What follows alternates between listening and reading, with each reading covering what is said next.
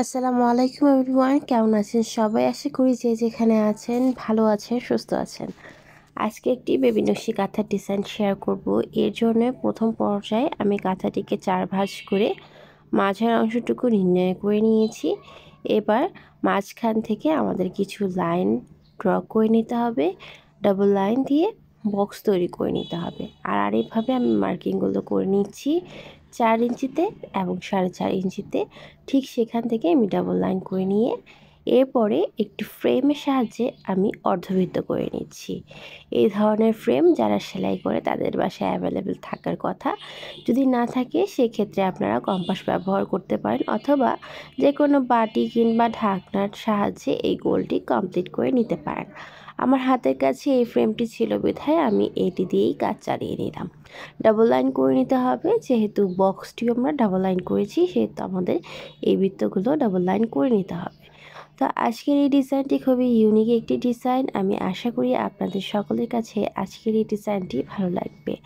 আর এখানে যেহেতু আমি লাইট কালার কাপড় ব্যবহার করছি, সেজন্য আমি কালো কালার সাইন পেন ব্যবহার করছি। প্রথম পর্যায়ে আমি দেখিয়ে দিয়েছিলাম সাইন পেনের পাতাটি।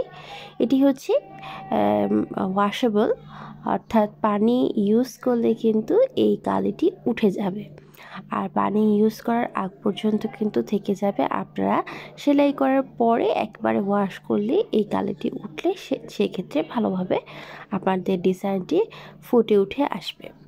তো এক এক করে আমি ডিজাইনটি অঙ্কন করে নিচ্ছি। এখানে তেমন কোনো মাপ মেনটেন করতে হবে না, তবে একটু ভালোভাবে খেয়াল করবেন যেন সবগুলো যেই চারপাশ রয়েছে সেখানে সবগুলো প্রায় সেম আসে, তাহলে কিন্তু ডিজাইনটি দেখতে ভালো দেখাবে।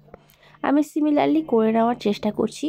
যদিও এটা হাতের কাজ সেহেতু একটু 19-20 হবে, তবু একটু কাছাকাছি করে নেওয়ার চেষ্টা করবেন, সেক্ষেত্রে ডিজাইনটি দেখতে ভালো দেখাবে।